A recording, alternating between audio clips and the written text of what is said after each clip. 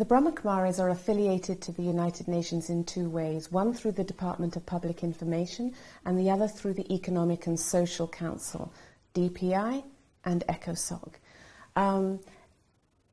With the Department of Public Information, our responsibility is to share with our constituents, which would be the Brahma Kumaris and also all the people that we're in contact with, the issues of the United Nations, take those issues, bring them into our communities, hold events and conferences around that, and then obviously from a spiritual perspective, we're a spiritual organization, and then we then take that back to the UN and share with them what it is that we've done. We have to do yearly reports which show the Department of Public Information what we've done. The other way is through the Economic and Social Council. Now this is a consultative status.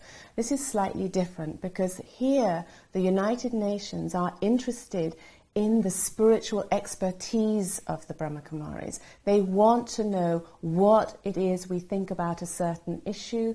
We do this in different ways. We do it by belonging to committees, working with other organizations. We do it through writing written statements, which is giving our position in more depth to the various departments of the UN, and also we can make oral statements. Part of that relationship also, of course, is that we have to do quadrennial reports. So we have to report back to the UN what it is that we've been doing internationally over those 4 years. One thing is to have the status, but the other is that you have to show the work that you're doing so that you can keep that status.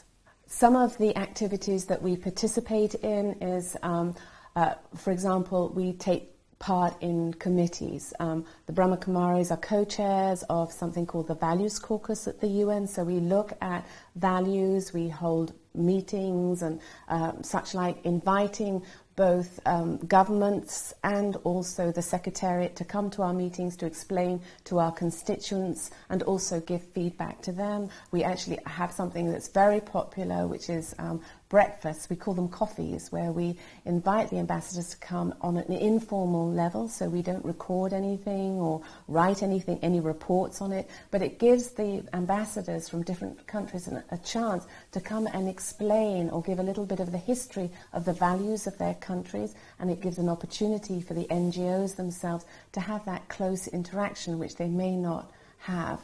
And of course the UN has many days, such as the International Day of Women, Environment Day, tolerance, non-violence. This is actually something that the Department of Public Information give out, and we as the Brahma Kumaris work all over the world on these things, so we will do it from a spiritual perspective. We also, of course, work on the environment with UNFCCC, which is the Climate Change Convention, and we've been participating in that since 2007 up until today. We've just been at a COP here in Paris. We also work very much on women's issues, of course, because we're a women-led organization. We do have men, of course, part of our organization, but it's the women who are the administrators and the spiritual guides of this organization. And so, of course, equality and women's empowerment is very important to us.